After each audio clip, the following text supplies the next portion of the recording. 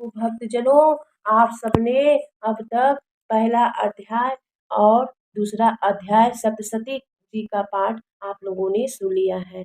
जो भक्तगण नहीं सुने हैं उस इसके पीछे जाके वीडियो में आप लोग चेकआउट करिए। आप लोग पहला अध्याय और दूसरा अध्याय जरूर सुने। आज मैं तीसरा और चौथा आप सबके बीच में सुनाने जा रही हूँ। प्रेम से बोलिए माता रानी की जय। ऋषि बोले, हे राजन, सूरत महिषासुर का सेनापति त्रिशूल अपनी उस सेना को नष्ट देखकर क्रोध पूर्वक देवी से लड़ने के लिए स्वयं गया। जिस प्रकार सुमेरु पर्वत पर शिखर पर मेघ पानी बरसता है, वैसे ही युद्ध में वह देवी पर बाणों का वर्षा करने लगा। देवी ने उसके उत्कट बाणों को भी खेल खेल में काट दिया और रथ सारथियों सहित घोड़ों को भी मार डाला। तुरंत ही उसके धनुष तथा ऊपर लहराती हुई पटाखा को काट दिया और धनुष विहीन त्रिशूल के अंगों में अपने तीक्ष्ण बाणों को चुभा दिया। वह दैत्य धनुष, रथ और सारथियों के नष्ट होने पर भी ढाल और तलवार लेकर देवी पर प्रहार करने के उद्देश्य से उनकी ओर दौड़ा। उस अति शीघ्रता करने वाले त्रिशूल ने तेज धार के तलवार को सिंह के सिर पर मारा और तुरंत ही देवी के बाएं हाथ पर भी मारा। हे राजन, उसकी वह तलवार देवी की भुजा से टकराते हुए टुकड़े टुकड़े हो गए। उसके बाद क्रोध से लाल लाल आंखें कर उसने त्रिशूल उठाया। उस महायोद्धा दैत्य ने तेज से जलते हुए सूर्य के समान तेज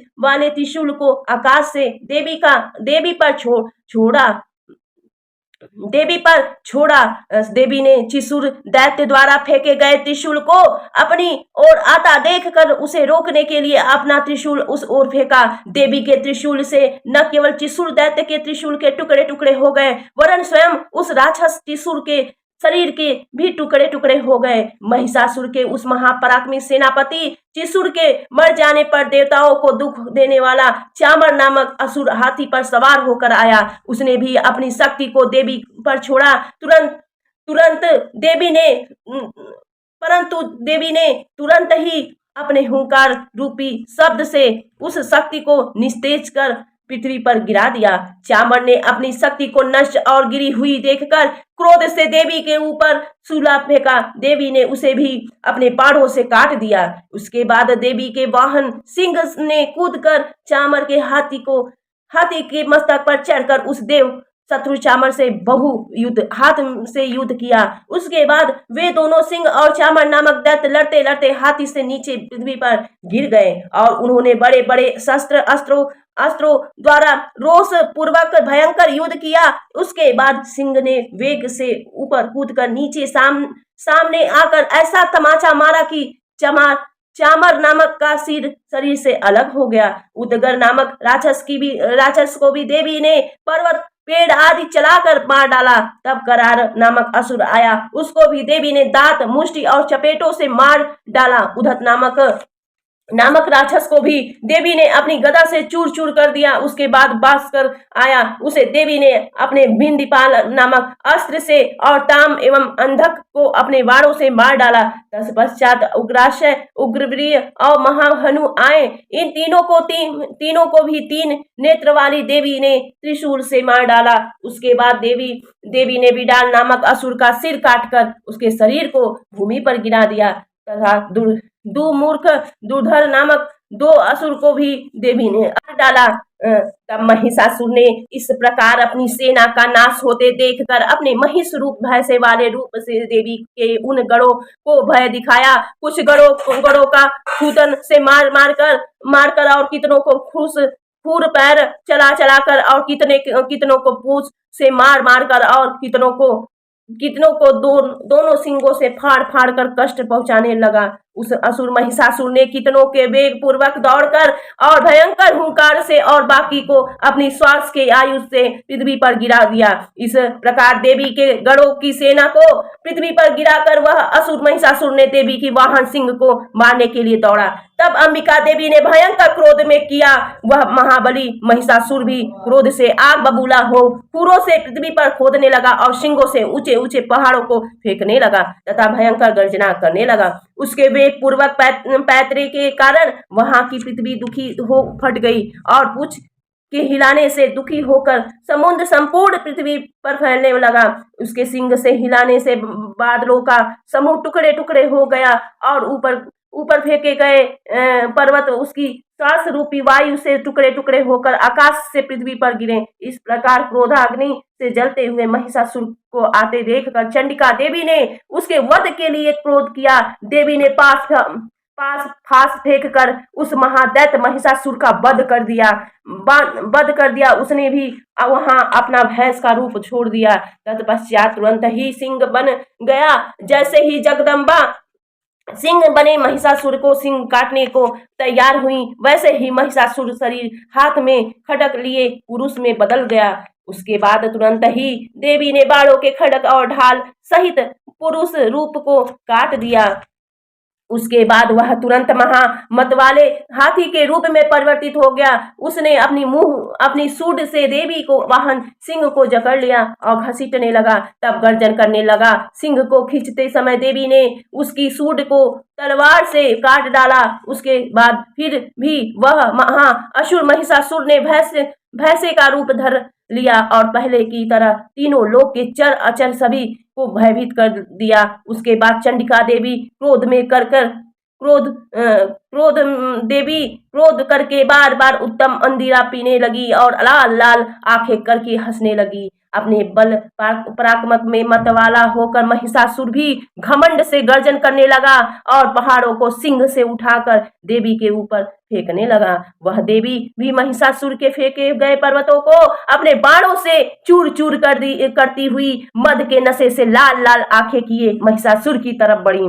देवी बोली, हे मूर्ख, जब तक मैं मधुपान कर रही हूँ तब तक तुम भी भर कर गर्जन कर लो। इसके पश्चात मेरे हाथों तुम्हारी मृत्यु निश्चित है। तब तुम नहीं रहोगे और तुम्हारी जगह देवता गर्जन करेंगे। श्री सुमेधा ऋषि बोले, हे राजन, ऐसा कहकर तुरंत ही देवी कूद कर महिषासुर के ऊपर चढ़ गईं और पैर से दबाकर उसके कंठ में एक त्रिशूल मारा। उसके बाद देवी के चरणों में दबे हुए महिषासुर ने अपने मुख द्वारा दूसरा शरीर धारण किया कर निकल जाना चाहा, परंतु वह जो ही आधा निकला कि देवी ने अपने पराक्रम से उसे रोक दिया और अधम महिषासुर निकले हुए आधे शरीर से ही युद्ध करने लगा। तब देवी ने तलवार से सिर काटकर उसका वध कर दिया। महिषासुर के मर जाने पर उसकी सेना हाहाकार करती हुई भाग चली और सभी देवता लोग अत्यंत प्रसन्न हुए। तब दिव्य महिषों के साथ देवता लोग उस देवी की स्तुति करने लगे। गंधर्व लोग गान करने लगे तथा अप्सराएं नाचने लगी। श्री मार्कंडेय पुराण में सार्वरिक मनवंतर की कथा के अंतर्गत देवी महात्म्य में महिषासुर वध नामक तीसरा अध्याय पूर्ण हुआ। बोलिए माता रानी की जय। चलिए भक्तजनों, अब चौथा अध्याय प्रारंभ करते हैं। तो अब देवताओं द्वारा देवी की स्तुति होगी।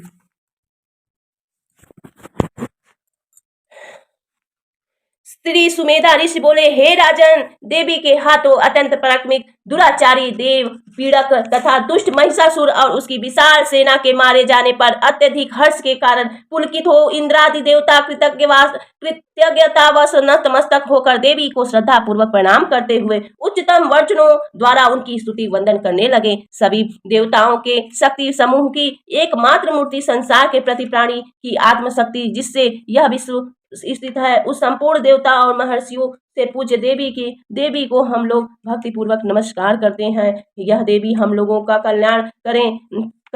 जिस देवी को अतुलनीय प्रभाव वर्णन में भगवान विष्णु, ब्रह्मा और शिव भी असमर्थ है, वह चंडिका देवी संसार की रक्षा करे और हमारे कष्टों को दूर करे। हे देवी, आप पुरात्मा के घर लक्ष्मी रूप में, पापियों के घर में दरिद्रता के रूप में, निर्मल हृदय वालों के हृदय में बुद्धि के रूप में, सज्जनों तथा अपने निष्ठावान भक्तों के हृदय में श्रद्धा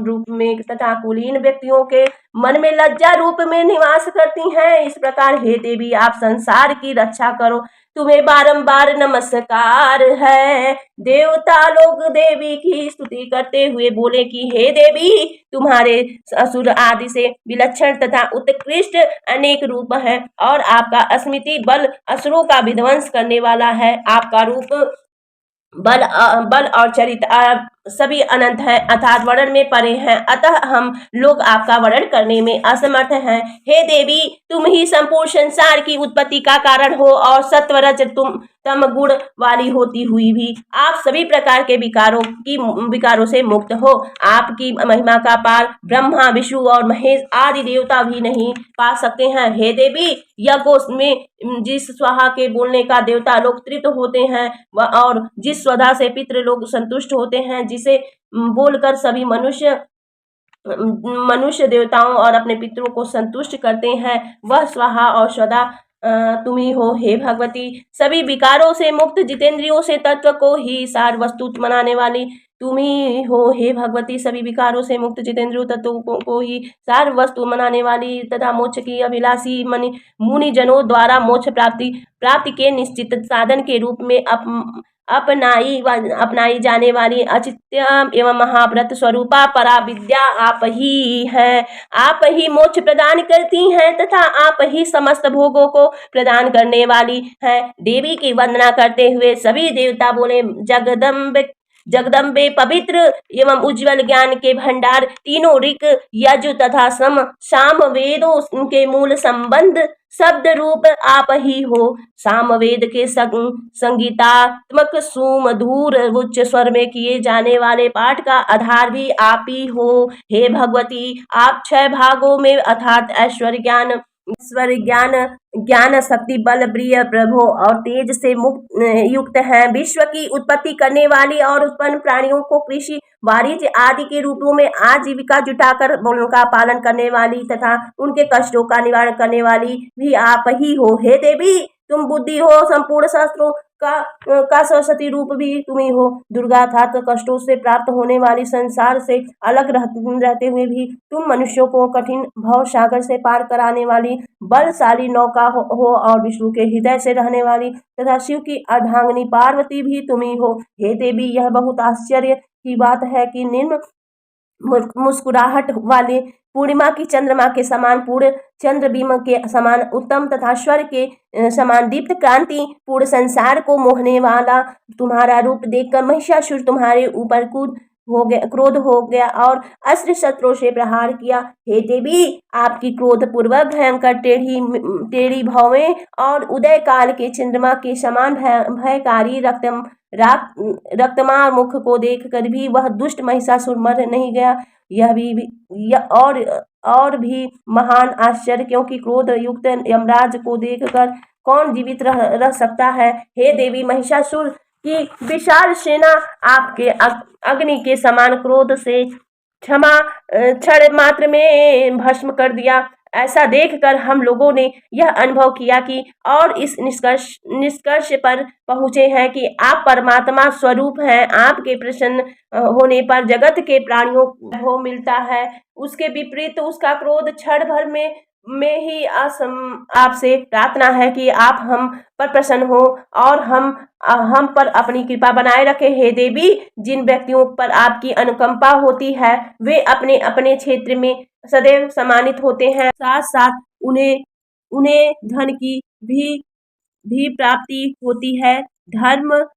धर्म तथा अपने परिवारजनों के पालन में भी वे समर्थन होते हैं। हे जगत जननी, धर्मात्मा मनुष्य आपकी अनुकंपा को प्राप्त करके ही प्रतिदिन श्रद्धा पूर्वक धर्म कार्यों को करने से समर्थन होते हैं और आपकी कृपा से ही जीवन काल में भी प्रकार के भोगों को भोगते हुए अंत में तुम्हारी प्रशंसा से ही स्वर्ग और मोक्ष को भी प्राप्त कर लेते हैं। हे दुर्गे, संकट के समय में स्मरण करने वाले मनुष्य के संकट को आप नष्ट करती हैं और अच्छी दशा में भी याद करने वाले मनुष्यों को भी आप प्रकार के भोगों को प्रदान करती हैं तथा उन्हें सद्बुद्धि भी प्रदान करती हैं। इस संसार की दरिद्रता, दुख तथा भय को नष्ट करने में तुम्हारे अलावा और कोई समर्थन नहीं है। हे जगदम्बे, आप संसार के पीड़ित लोगों की दुख को दूर करने एवं उन्हें निश्चित सुख देने के लिए तथा नरक के अधिकारी अत्यंत पापी जीवों को भी स्वर्ग में पहुंचाने के लिए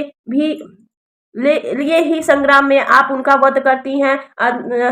दुष्ट प्राणियों पर कृपा करने वाला आपके सिवा और कौन है।